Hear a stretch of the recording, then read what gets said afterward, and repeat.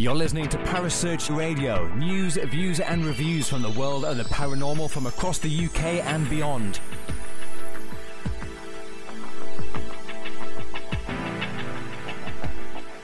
Find us on Facebook, Twitter and the World Wide Web. Parasearch UK Radio.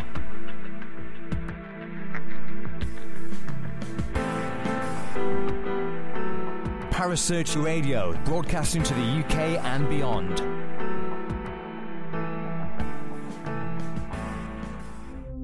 The views and opinions expressed by presenters and guests are their own and do not necessarily reflect the official policy or position of Parasearch Radio or its affiliates and sponsors.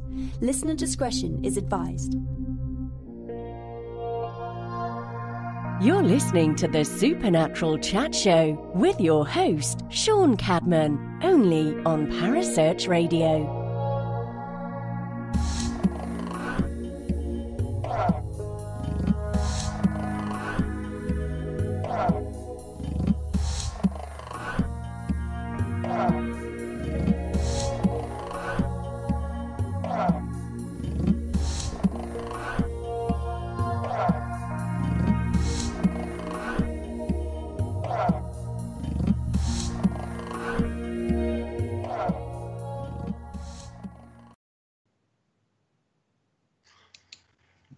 Good evening, everybody, and welcome to another episode of the Supernatural Chat Show with me, your host, Sean Cadman.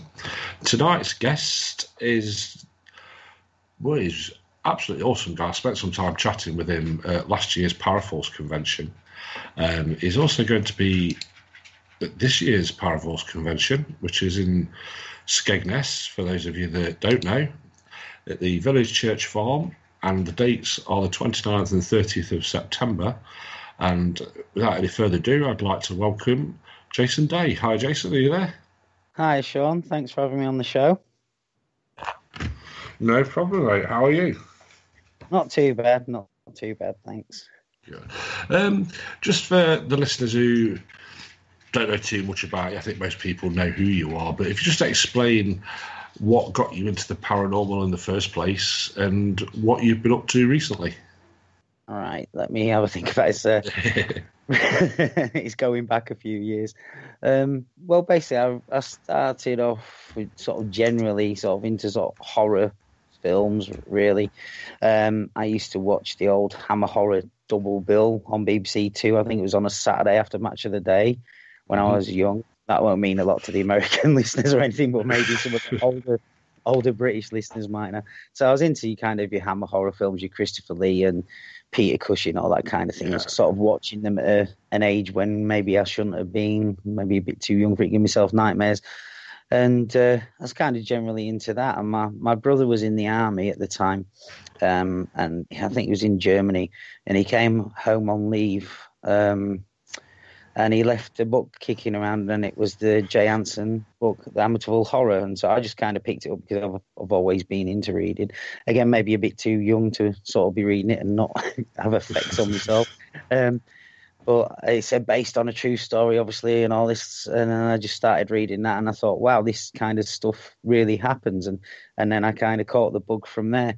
I started picking up anything I could to read about the paranormal before you had all your shows. I mean, we did kind of have the shows you sort of Strange But True, I think was sort of probably a bit later, but you had your Arthur C. Clarke's Mysterious World. I started watching things like that and sort of became interested in the subject sort of in general. My sort of, if you like, journey along the way myself doing it, I think it probably was around the time I was, although as I say, I was into the subject itself, the roundabout your most haunted time when your TV shows and stuff. And me and my brother and his now wife bought some gear, started doing some couple of sort of, if you like, private investigations and doing things like that.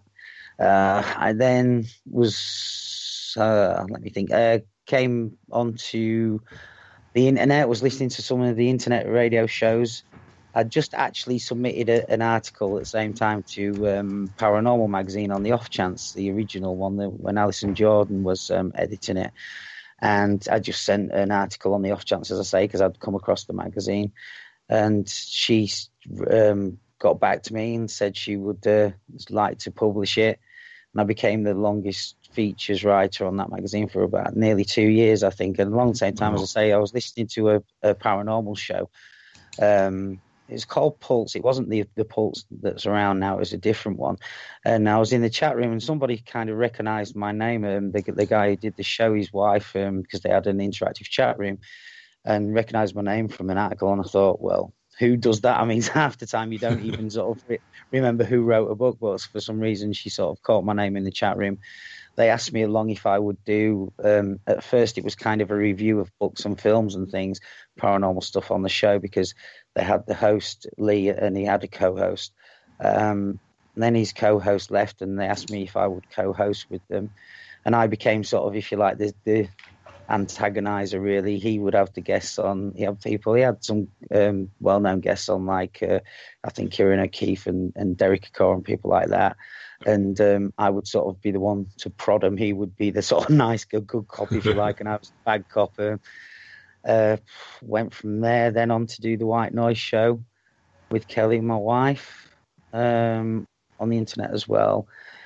Got a couple of book deals. I was lucky enough to get a couple of book deals, and I'm still with the History Press at the moment. And just trying to fill in the blanks, really. That's sort of what I've done. I've written some books. I've written articles for magazines.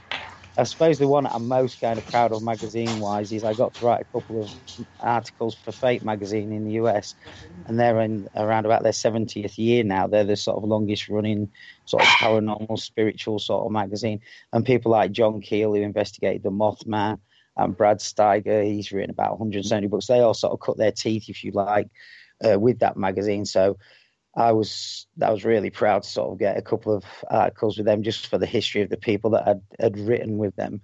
Yeah. So it was kind of, also my wife and myself ran an events company for a while till the little one came along, Phantom Encounter. So if you like, I've dipped my toes in probably all aspects of the subject, and now you can go about it, really.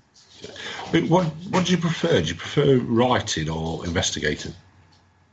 A bit of both, really. I mean, I've always said that I see for myself an advantage is in the fact that I suppose, my love is writing and reading. So, and hopefully we'll touch on it at some point during the conversation.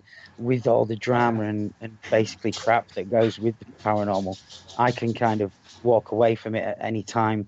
The other aspects of it, I'm not primarily sort of say doing events or investigating, and if I want to put it that way, I can kind of be a hermit, because my writing I can kind of do myself, or I can go write about tomatoes for a gardening magazine or something. I'm kind of lucky in that respect that I can, and which I have, and which sometimes I feel like everybody else, kind of just walking away from all the drama that goes with it and still do one of the things that I love. It's not centered in that subject, if you like, although that is the subject that I choose and would prefer to write about. So, I mean, your books that you've done so far, was it Scunthorpe, Essex, Haunted Grimsby, and Chelmsford? And it's only a movie, isn't it? Yeah. How much research goes into them? Does it take a while to get your research and get all the stories and the information? Some of it's not too bad, really, because people will email me, or I'll know stories locally, because they're predominantly sort of, obviously you live in Essex now, and Scunthorpe, Grimsby is sort of the area I'm from originally. So I was sort of, if you like, over the years sort of picked up some of those stories and know people to chat to about there. And obviously the libraries, things like that, the internet is a bit of a blessing, and it's not, because you can pick up information on there. It's not necessarily sort of true. Yeah. So, it's not too bad that way. So sort of the local history ones aren't too bad, I would say. Maybe a year or something.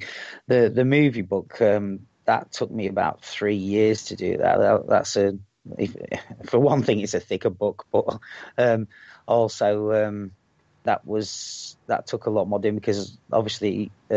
I'll say obviously, not assuming that everybody has read it, because of what it's about. Sort of, I had to research into the movie, and then obviously there's the different sections, and so say if it was Amityville, I sort of watch that, sort of research that, and then research the actual alleged true story, and then try and research how true that story was. And because I didn't want to give my opinion, if you like, at the end, each section's got I've got probably get shot for that nowadays in the paranormal. We've got an expert to give their opinion. So, and then with that, I try to also get different types of people for each section, because it's not just about. Basically, it's a book about, as I say, that movies, paranormal movies that are based on a true story. Yes, and then it compares the movie to the actual supposedly true story and how they match, and then actually go into the true story and try to find out if we can find the truth, basically. So it's about, there's different subjects in there, different movies. There's like Fire in the Sky, for example, the Travis Walton story, which is a UFO one. There's ghost haunting type ones. There's all different types. So as I say, I tried to then sort of have a broad selection of experts. So I think there's mediums in there. There's Barry John did one, Lara Wells, and then I've got people like even through to James Randi. So I've tried to get like skeptical opinions, and I've got like, I think, Mark Webb. It's so long since I wrote it now. I'm trying to remember Phil Wyman, but yeah, different people from different aspects. So I suppose it's really interesting doing all the research and everything as well, isn't it? Yeah, because you think you know sort of the stories and stuff, and then especially with and I'm a bit biased because James Randi is one of my heroes. Again, that won't go down well with the paranormal because he's a skeptic. But he was actually involved in. I did one of the sections is the Cottingley Fairies, and the movie that was based on that. I think it was called Fairy Tale, and he actually spoke to the cousins that said they'd seen the fairies in the garden and stuff, and he'd actually visited them and talked to them. So it was great to then be able to talk to people that were actually involved in these cases as they happened and things like that as well. So I've got a quick question. Kaz has asked in the chat room, Jason, if you could do a case study research on one location, would you, and where? I've always thought, I know it's like an obvious one, but Amityville, I'd like to get in there, I suppose. And that's not just because, again, I'm not just into sort of the paranormal side of things. I know it's a bit maybe morbid and stuff, but the actual history of and the murders and things that's happened in the house as well. Yeah, I suppose that would still be a good one, just to sort of say you've been there, sort of done it. Bawley as well, I would think, but obviously it's not around anymore. I've been to Bawley plenty of times, but the building's not there. Yeah, it's a shame it's not there anymore. Still. Yeah. Definitely. I mean, like you say, you get shot down, experts in the field and people calling it, but that's the same all over the paranormal, isn't it? You're not allowed to call yourself an expert or a professional or anything without being shot down in flames, it seems. No, and I'll see Facebook and stuff. I have a nose around on there, and I kind of, if I'm being honest, kind of get tired of it a little bit. It sounds a bit long in the tooth, and the people that say it annoy me, but I've been around it for years, the same as a lot of people. That's not like I'm better than anyone because I've been around it, but I think the longer, the thing with it is the longer you're kind of in it, the more, especially recently, sort of over recent years, the more sort of disillusioned you kind of get with it. And some of the people that are involved with the paranormal, who the kind of people that do go and call themselves experts, will some of them are the people that would love to be called that themselves, if you get what I mean. There is a degree of jealousy. I mean, you know, people know, like yourself, who's been involved with it for a long time. Some people go, they're not jealous, but there's some people that are. And some people are just in it for the fame and everything. It's just, I don't know, it seems to have changed a lot. And I don't know if that's because there's a lot more people involved in it. And every aspect of it has kind of got like that. When, I mean, I recall a time when I see, like, with the events, it was, I think there was Fright Nights, maybe Haunted Happenings, and Dead Haunted that I knew of, sort of 3. This is going back a few years. And now, it's not even just the events companies that are doing it. The groups themselves are kind of doing it. Everything's kind of there's just so much of it. And business is business, and with the events groups as well. It's not nice, but I mean, I've had it happen to me when we did it. People try to cancel your events and things like that.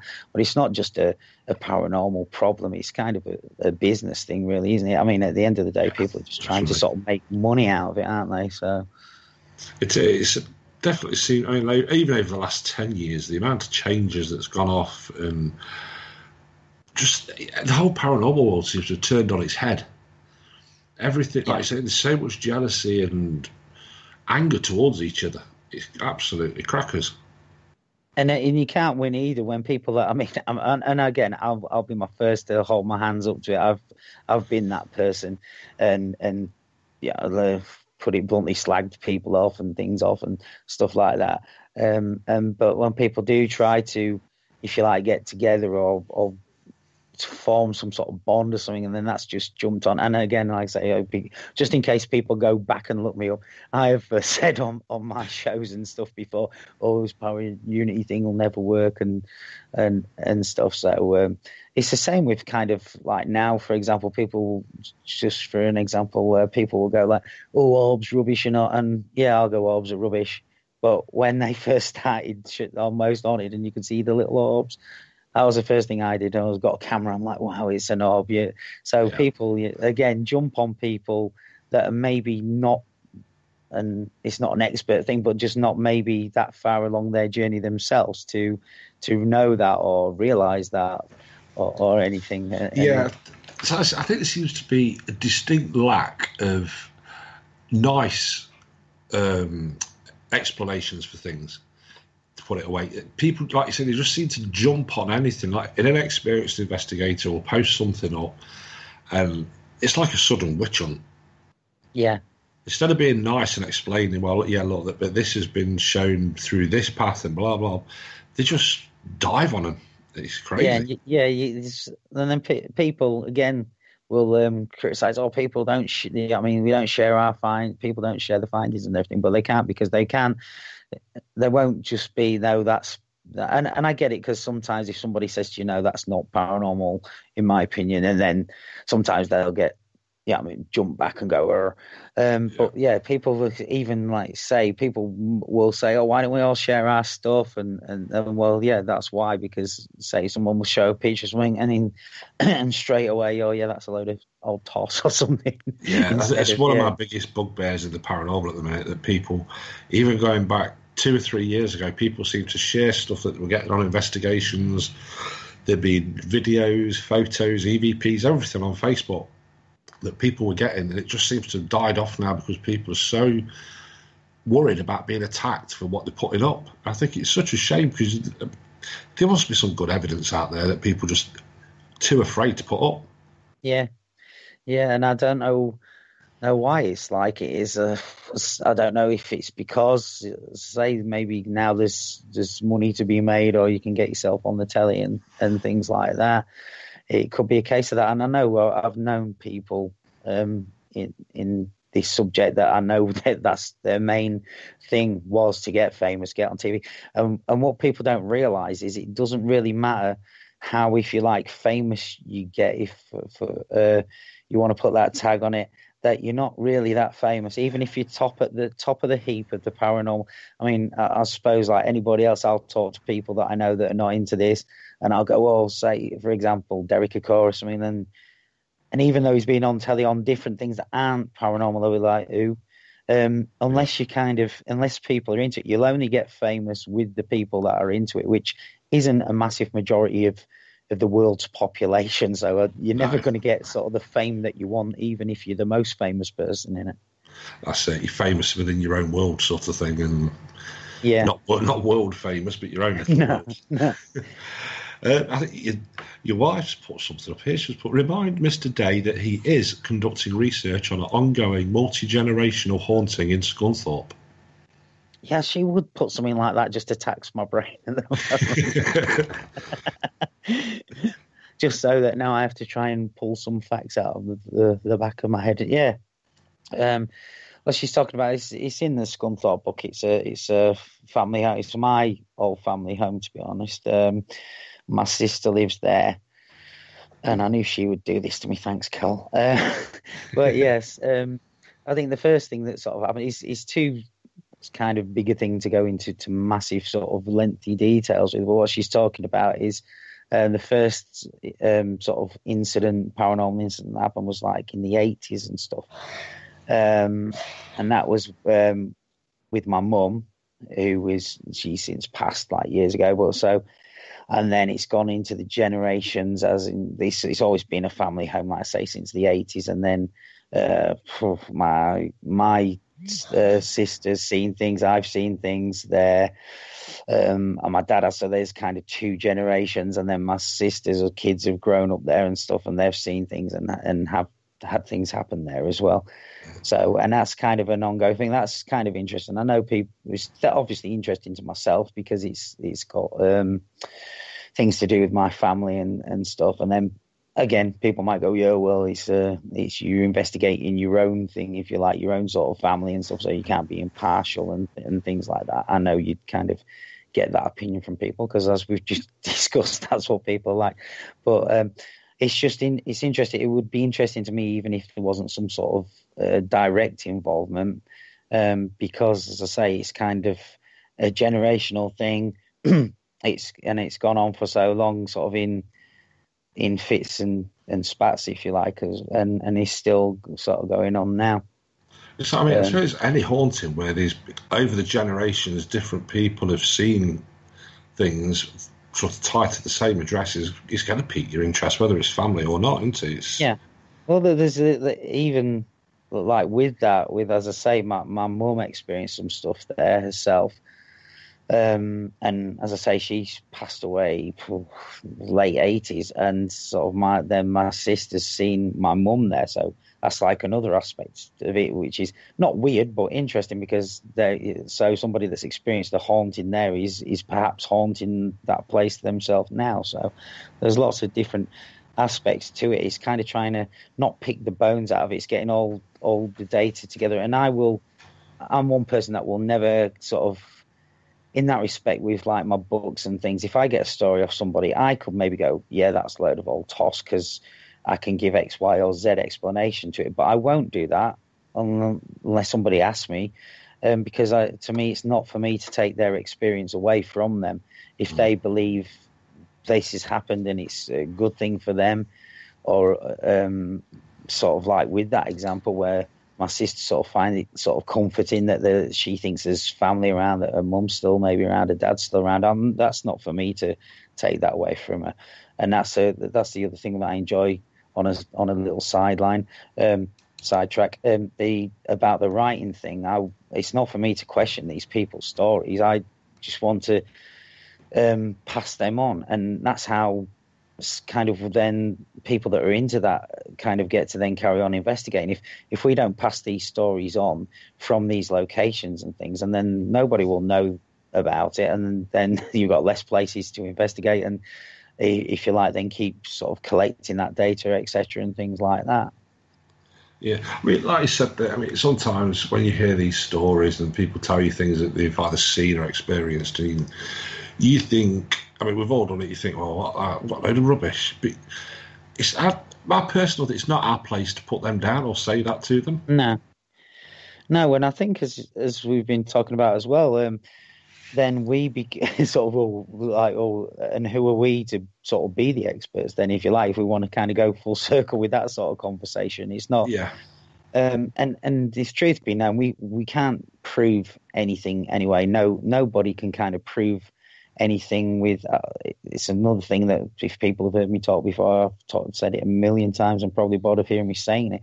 It's like with the temperature change, you can, that temperature's changed, so that could be something trying to manifest. Well, where's the science or the evidence that is a proven thing, that in order for a ghost to appear, like with the EMF, with anything, there's no actual proof that this is what's going on and something's trying to manifest or whatever by doing that.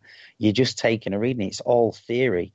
Everything's a theory. So every single piece of equipment you've got, you're working on just a theory.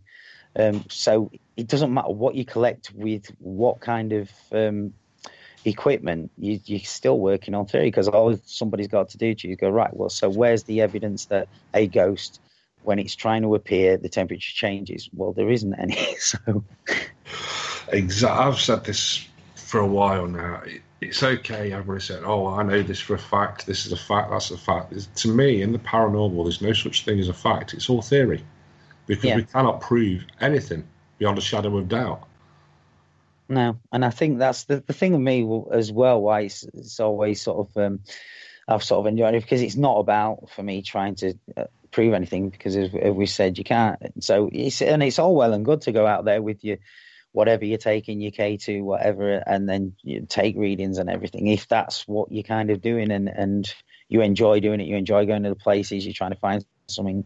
But yeah, to actually then come back, it's even people with EVPs, anything at all, that you can't prove that is what it is, that it doesn't matter to really, even if it's on this level, on like sound waves, blah blah blah, you still can't go, yeah, that was a ghost, if you like, trying to, or that's a ghostly voice. Yeah, I don't know. We're never going to really prove it, to be honest. But no, I think everything falls into the unexplained category, doesn't it, really?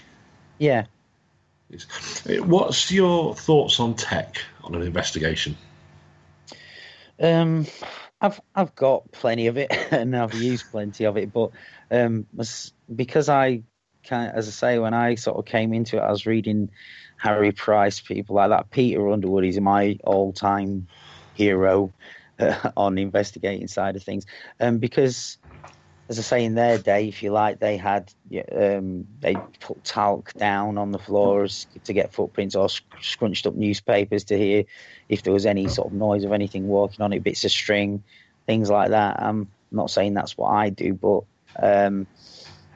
yeah, I'm more for kind of that, really. I've got like and I've done nothing but sort of slay it, to be honest. Ghost Box, when they first kind of came out of Frank's Box and stuff, I was doing this when I was doing the old radio show that I mentioned before, the Pulse one. I was kind of co-hosting on that, and years later I bought a Ghost Box, if you like, but the little radio version, and it is just a radio that just keeps trying to tune itself, and the odd word comes up, but I enjoy it. You know what I mean? I get, and I'll put it out, and especially when we used to do events, obviously, some people, oh wow, yeah, and they'll take away from it what they take away from it. In my opinion, it's just a radio trying to tune itself, but it's good fun, and you'll get the odd thing where you think, oh, but so I'm not anti-tech. And as I say, I've used them all.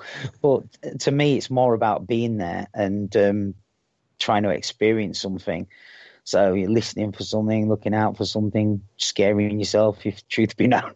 But it's not about what I've got with me. It's about being there. And because I like history as well, which is one of the reasons I went with the History Press, because they want the history sort of tied to the haunting sort of thing about the buildings and things like that. So I just like being there anyway, especially if it's like an old building or something like that. Yeah, I mean, it's like you said, the K2 meters and the spirit boxes, radios, etc. Perfect things for sort of a visual thing for the event companies and things, for the public to see them flashing the lights and the odd voice coming through and things. There seems to be a trend at the minute of people slagging event companies off, saying, oh, it's all rubbish, it's just entertaining the public. But personally, I don't see anything wrong with that. If it's getting Joe Blogg's public a bit of an interest in the paranormal, where's the harm in it? Yeah, I mean, we always used to, again, and people just think I'm two-faced again. I've had my little rants in years gone by, and then I've gone on to sort of form my own one with my wife.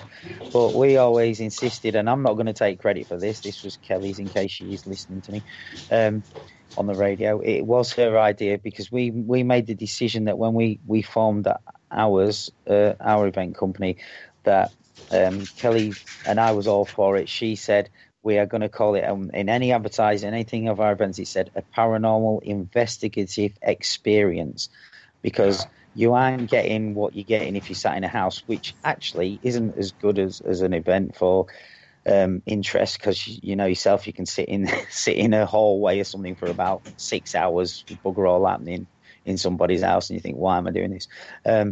But so we wanted to make it quite clear that you're coming. It's an investigative experience because you're not getting the same sort of conditions where you've got as much control over trying to hear something, see something, whatever, take records of it. So, and I think if you kind of advertising what people are kind of going to get, then that's all well and good. Because, as I say, we didn't want to call it a ghost hunt or paranormal investigation or whatever, because it's not the same.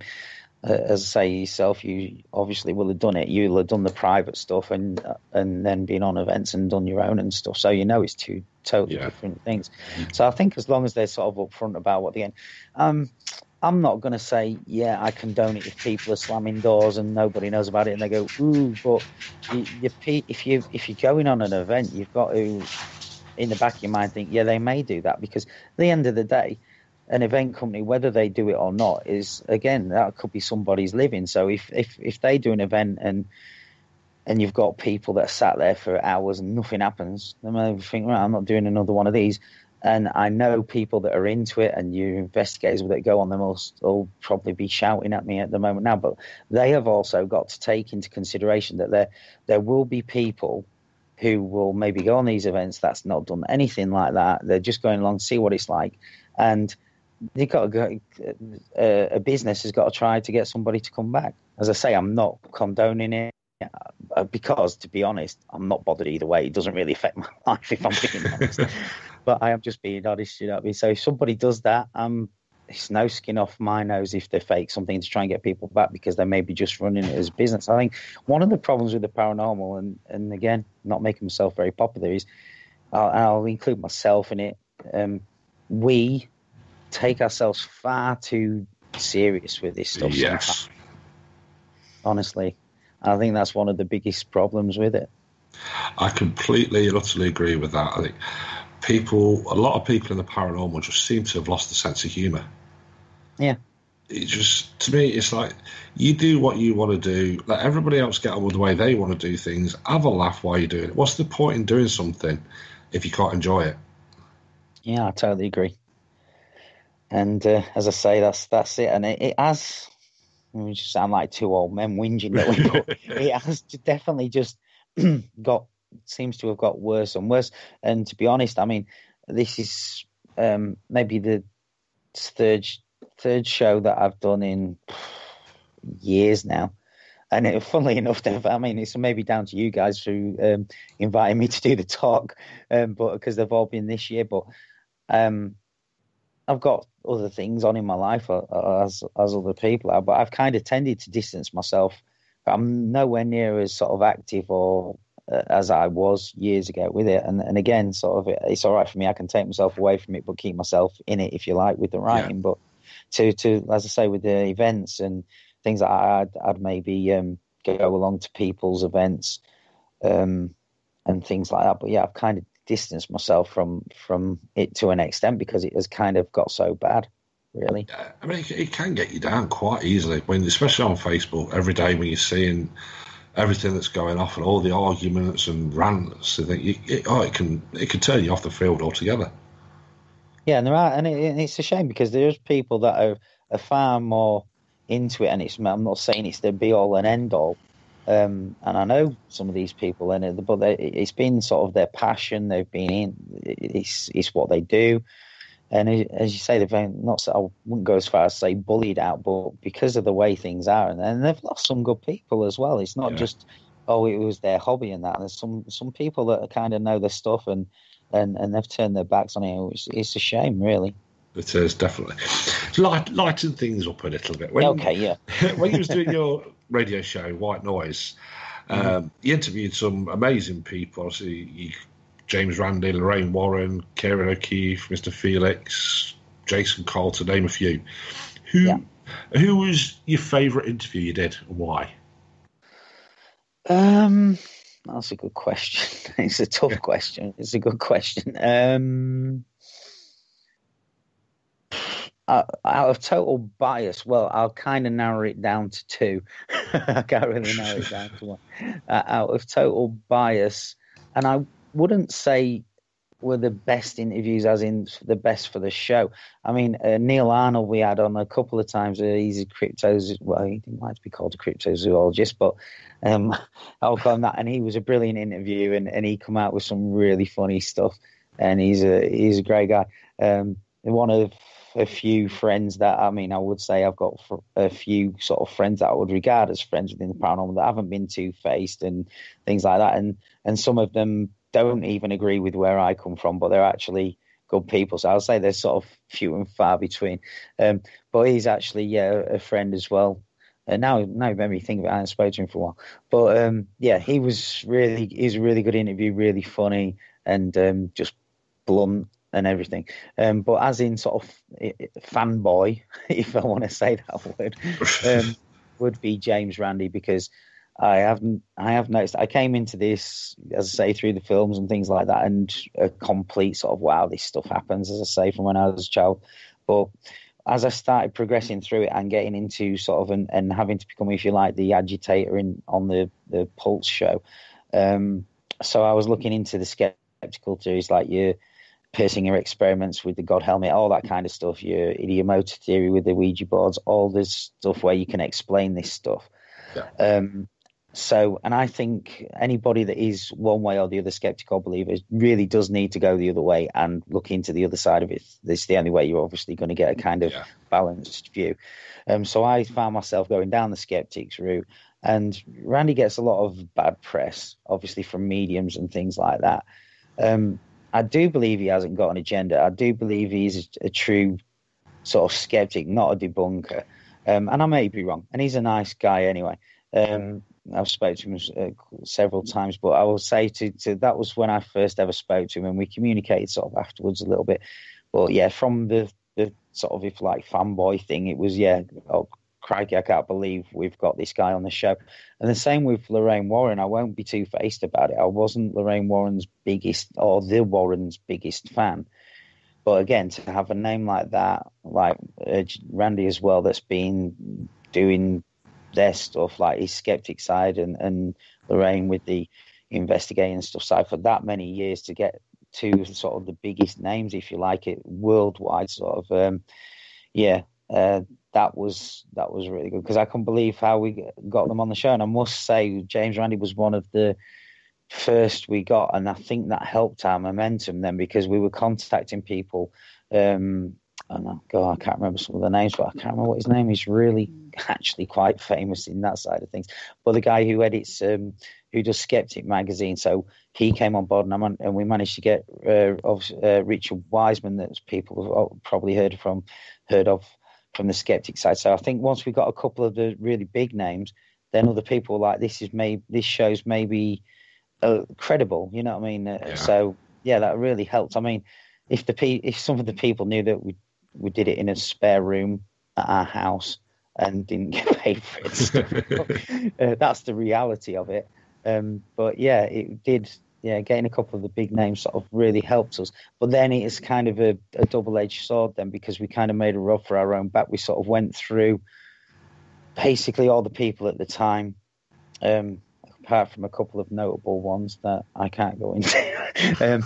But anyway, we had to pull a show, but that's all I'm going to say. So, and then we were sort of like, if you like, it was one of them things that had to sort of then come to an end, because it was no disrespect to anybody else in the paranormal world, but we had to look at it from sort of our perspectives, as if we were a listener as well. But myself and Kelly, my wife, because we both sort of hosted it.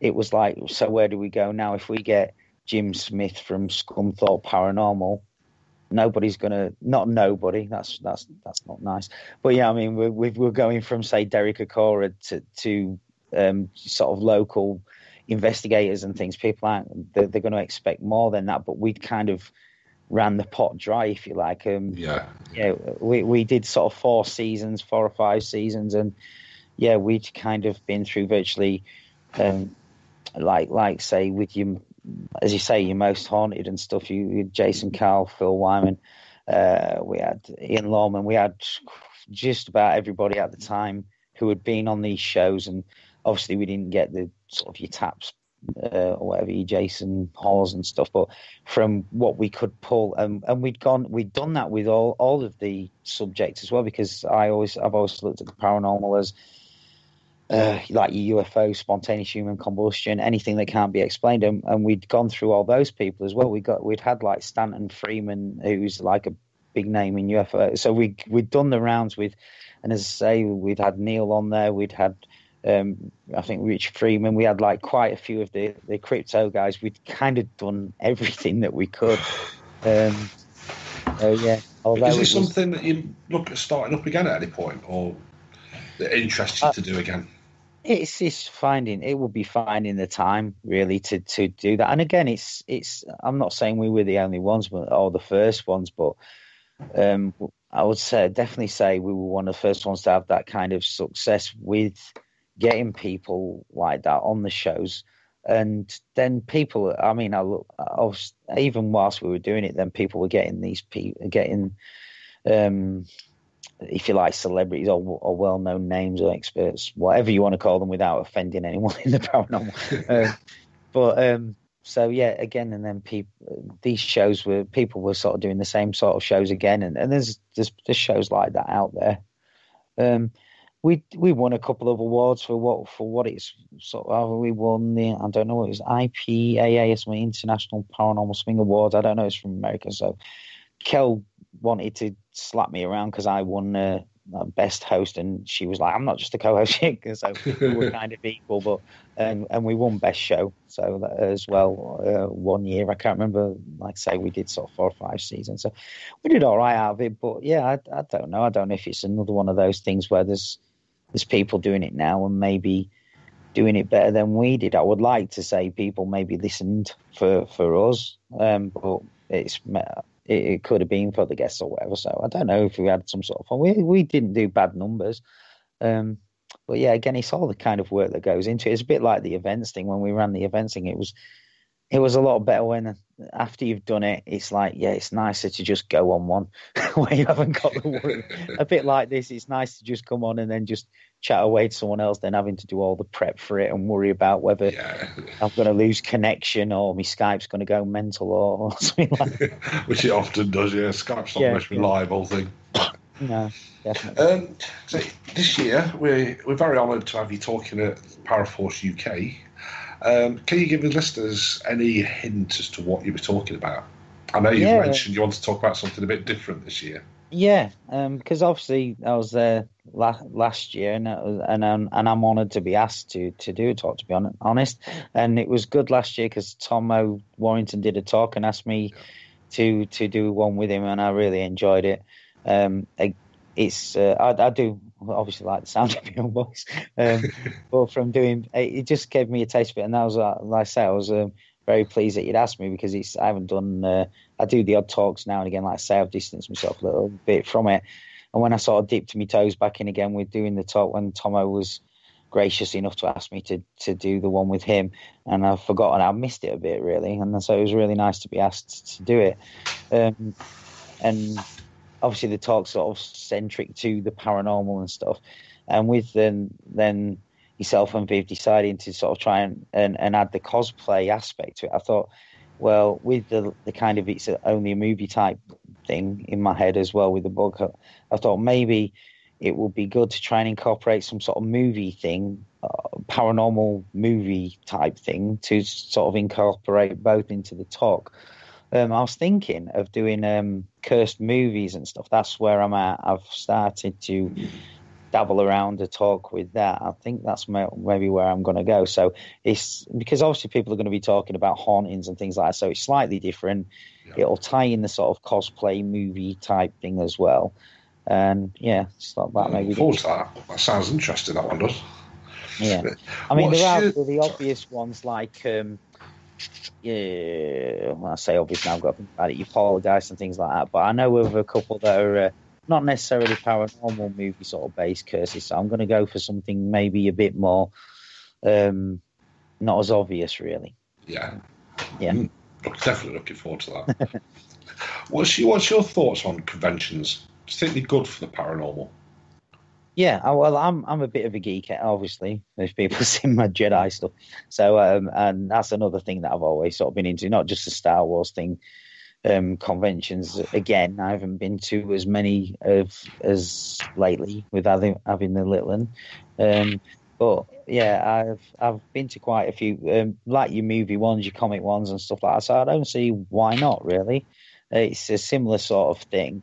Obviously, you can have merchandise and things, and with the talks, like you get the talks at the like your sci-fi conventions and things like that. And I think that's why, again, it's a good thing that you're doing this year to sort of tie that. And some people may go, well, "What's that got to do with the paranormal?" It's not. I don't think it's so much that. I think it's a good way of then trying to get people into it, because you get your cosplayers and stuff like your Walking Dead and all that lot. So they're obviously into the horror aspect of it. So why not try and get some of those people into this, if you like, or along with that? So yeah, I like it. It's a good way of you can meet up with people you already know. You can make new friends. You can avoid your enemies if they're there. It's just, I don't know. I really enjoyed it last year, and obviously it's just up the road from me, so it was great as well. Yeah, I think I'm all for it. I'm not saying that because you're doing it. I think it's a good way of, maybe try repair some of this stuff. Obviously, you might get people that are there that don't particularly like each other or whatever, but I don't know. We've had people there that have had spats and little arguments, and they've gone away on talking terms, shall we say? Which I think it's a success. If you can get people that have fell out talking again just through a convention, then I think that's a successful convention, really. Well, you may get other people as well that's maybe seen someone off the telly or heard of somebody and think, yeah, he's a bit of a whatever. And then when they actually meet that person, get on and say, all right, he's actually all right. And that side of things as well. So, I'm all for it. I think it's... We've had people come up to say, can you introduce me to Barry? It's like, go and talk. I can't, can I? So, just go and talk to him. And they've been astounded that they could just go up to the guests and talk to them. They think they have to be introduced. Yeah, that's the other good thing as well. Like I say, I can only kind of go by last year because that's the first one that I went to. But yeah, everybody was sort of accessible and stuff. And that's the other good thing. As I say, they're only human. I mean, it's like anything. Most of these people, having sort of talked to people on and off the record, I'm going to obviously divulge stuff, but you talk to some of the people that's been on the shows, and some of them will tell you what they go for. It's not like life-changing money, I can quit my job. A lot of these people have got normal jobs as well. It's not, Definitely. With that, I've been offered a couple of things that I've turned down. That's not all because I'm better than it. I know, look, I've been offered something on TV on the principle that one of them, I won't obviously mention what it is, but basically, I had people would have heard of that were going to be appearing on this show, and they wanted me to go along as. I'd never want to be the person like your Yvette or whatever, and it's not most on it before anybody thinks it's a different show. But I'd never want to be that. I always used to love like Strange But True and things like that, and you'd have your person talking about it, and you'd have your sort of, if you like, not your expert but your historian, whatever. And I thought I would do that on the telly. You know what I mean? I'd do that side of things. And basically they wanted me to go around the place where they were filming because it's one of the locations I'd written about. And they wanted me to sort of wander around with one of the people that was going to be investigating it and do the chat with them and tell them what had happened, etc., etc. And I said, so what am I getting out of this then, basically, to the producers? And it was like, well, basically, in other words, you get to be on the telly for 5. Well, I'm not really bothered about that. And I'm saying, well, you're going to be paying X, Y, and Z, and your main people on it. Obviously, they're getting paid. So why is my time and stuff worth less than theirs? I was kind of actually slightly offended by it all, because I'm thinking, well, why am I'm not no worse than them, and they're getting paid for doing a job. So why am I expected, or would you like me to do this for free just because I'm going to be on the telly? No. So, so that's sort of, I think, some of the reality anyway of the whole TV thing. Yeah, so I think people think that if they can get on telly, they're going to be, that's like you say, they're going to be able to quit the jobs and have worldwide recognition and fame. I mean, I know through speaking to I mean, it's most haunted at the end of the day. I wasn't going to, but speak to them. People like Living TV, really, etc. They pay £5,000 per show. And when you think of your crew and the transport costs, it's not a lot of money. No, exactly. Like you say, there's people that's been on these things and they've told me basically what they got, and it wouldn't even sort of see you through the year on a normal wage and stuff. I suppose it's like anything else. If it's obviously the producers and stuff, will sort of get the money. So certain people will have done all right out of it, and then other people, and they may have thought he's got to maybe go on to sort of bigger and better things. It's what they, again, it's kind of getting back to what we were talking about before. Some people would just do it because they want to get on the telly, but yeah, it's just not for me. That, like I said, I was not saying I wouldn't do. It was kind of the role, if you like, and it wasn't an ongoing thing. It was just for this one thing, and I thought, yeah, I'll do that. But to be honest, I kind of took offence that I'm thinking, well, just because this bloke or this woman or whatever may or may not have been on the telly before, and you mean that you flying them over here from wherever to do this show, but you won't even entertain the fact of giving me a couple of quid to do it. Just think I'll do it just because, I'm going to be on the telly. Well, no, not really. No, it don't work like that, does it? No. Definitely not. Where do you see the future of the paranormal going? I hope it's going to get better. I'm not sure, because I did actually think it would have sort of hit an ebb by now already. I mean, like, if you look at the sort of medium things, you had your big sort of deal at the time was you like Doris Stokes, and that was maybe the 80s or something, thinking about it. And then it, for want of a better phrase, died off, and then sort of came back a bit with I'm just talking sort of in this country. And then to me, I can't really think of another name on sort of that scale until you sort of Derek came around. And I thought it would do the same, if you like, with the actual ghost hunting sort of side of it. I thought, right, it's kind of hit a peak with when Most Haunted was like first on the telly and getting millions of viewers or whatever, and then I thought that's going to die, and it did kind of come down. But then you had other shows that maybe weren't as successful, but then the shows have just kept kind of going, where I don't think there's been a show that's kind of hit that peak again, but it's kind of continued. And I thought, well, as I say, as we've said earlier, if you look around, you've kind of got loads of event companies, loads of sort of groups, investigators in different parts of the country. I don't think it's maybe come down a little bit, but it hasn't gone to the ebb that I thought it would, where it's kind of all died off again by now and waiting for the next sort of big thing. It's kind of just running at a constant. I honestly don't think it's going to get fixed, as we've been discussing with all the backbiting and competitiveness and all that lot. I don't know. I really don't know what's going to happen with that. It'd be nice to think it would get fixed, but I can't see it. There's too many armchair experts these days. No. I mean, I'd like to see sort of TV-wise a sort of return to your kind of strange but true type stuff and your RC class. I know you get all these kind of I was haunted ghost stories, whatever, but they're kind of not the same to me. Maybe I'm just sort of nostalgic or something. But again, it's like you've got that true horror thing that's on at the moment, and it's just like it's really sort of hitting the scary thing. I haven't, to be honest, seen it as yet. I have been recording it. I haven't just had a chance to watch it. I know it's by the same people that did the Enfield haunting with the Timothy Spall one and that. So I'm hoping the sort of production values are as good as that, because I thought that was really good, the 3-parter on Sky. But from the gist of what I've read, a couple of reviews and things, and it's kind of just all sort of terrifying haunting, which is, and I know that sort of is talking to people that's sort of involved in the cases and that as well. But as I say, the thing with your strange but trues and all that kind of thing it wasn't necessarily always like, this is scary, you know what I mean? Some of it was just kind of weird stuff, if you get what I mean. Yeah. So it'd be nice to sort of go back to something like that, where it's not just, it's got to be something that's terrifying to get somebody's interest, because there are people that are experiencing things, and as I said earlier, that's maybe it could be their family or something, or they believe it to be, and it's just as interesting. But it's, you know, I mean, they don't have to be scared out of the wits.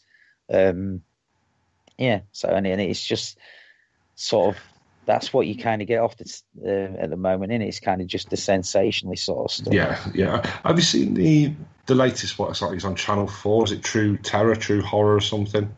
No, it's no, like that's what I say. I have recorded it, but I haven't got around to watching it yet. It's not bad. I've watched the first couple, and it's not bad. But again, see, there's such a backlash against it on Facebook because it's just like Paranormal Witness. It's just like My Ghost Story. And it's like, at the end of the day, yeah, it is, because that's a tried and tested formula, but it's an English show. Why can't people get behind English shows? Yeah, and, well, you're never going to come up with anything original. I mean, I was going to say, I suppose we all are. Maybe it's just me, but I know at one point during all this, like when the TV show started coming on, and I was thinking, right, what could you do that hasn't been done? And you can't really. It's just... Again, like I said, with the radio show and the things, and I know it's just, well, we used to interview somebody, and obviously now, not everybody, but it's just kind of, that's what you do, and that's what we're doing now. So, like with the TV shows, I don't think you're going to come up with anything original. The only way you would do is to stick a load of cameras in a building and then just like go from one to the other and go, with no people in it, and go, right, we're trying to catch something, and who's going to watch that?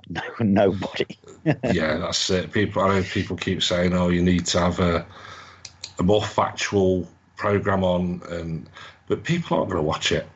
People don't want to watch what we do, sitting in a building for 8, 10, 12 hours, just sat there talking to thin air.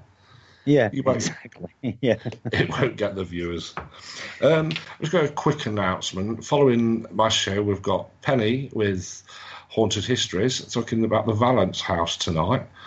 Another interesting show by Penny. So if you want to listen to that after I've finished, please just refresh the page as soon as we finish this show, and as soon as Penny's show starts, give that a listen. Jump into the chat room and have a good chat. So that's straight after my show, Penny with Haunted Histories. Just refresh the page and give it a listen. So, to tie it up, what sort of plans have you got coming up at the moment? I'm doing a lot of Jediing. So I've got a load of Rebel Legion stuff coming up. I'm a member of the Rebel Legion. We're a charity costuming group and do Star Wars. I've got a lot of that coming up. Ghosty-wise, obviously, I've got Paraforce later in the year. I'm trying to get the 3 books that I've been working on for about 2 years finished, but real life and work and my family and obviously my daughter and stuff is not as much time as I used to have. But I am working on, like I say, the one that I'm most sort of in looking forward to getting released is I'm doing a book on rogue ghosts of like the whole country. As you said before, the stuff that I've done up to now has kind of been more local stuff or specific to sort of one area. This will be the first sort of, although the movie thing was obviously about worldwide movies, but actual ghost stuff, it'll be my first sort of national title. So it's about like phantom hitchhikers and ghostly buses and things like that, just sort of rogue ghosts. So I'm trying to crack on with that one. But yeah, really, this is the Paraforce thing in the books at the moment that I'm trying to sort of concentrate on. I've been spending a more time, as I say, with the sort of the Star Wars stuff, the Rebel Legion stuff, and the charity, really, because we raise money for charity. I've concentrated a little bit more on that, and as I say, I'm kind of just dipping my feet back in the whole paranormal thing at the moment, and we'll kind of see how that goes. But yeah, it's more the books and the Paraforce thing, really. So, well, it's like you say, the cosplay stuff, and I think in a way it all ties in with the paranormal and the unknown, sci-fi, and everything else. There's all links there with it all, aren't there? Yeah, definitely. And it's a way of trying to combine something as well, as we've said, and maybe try and get a bit more sort of interest in sort of both things, really. Definitely. Well, I think we've got about 30 seconds left, probably. It's been brilliant chatting with you, Jason. Yeah, you too, mate. And I said we'll definitely look forward to your talk at Paraforce UK this year, which, again, if everybody's forgot, 29th and 30th of September at the Village Church Farm, Skegness. Tickets are available from www.paraforceuk.com, so jump yourselves on there, grab your tickets while they're still available. There's limited VIPs and they're selling pretty quick at the moment, so if you want to listen to Jason's talk and meet him and shake his hand and buy his books, Paraforce is the place to do it. And I'll give you a sticker that said I met a Jedi as well, if you want. Yes, there you go. And with that, I want to thank you to Jason, and thank you to everybody that's been listening and joining in the chat room. And hopefully you'll all join me again next Wednesday on the Supernatural Chat Show. Thank you very much, and back over to Kerry. Thank you for listening. Don't forget to join us for more shows throughout the week. Find us on Facebook, Twitter, and the World Wide Web to keep up to date with all the shows right here on Parasearch Radio.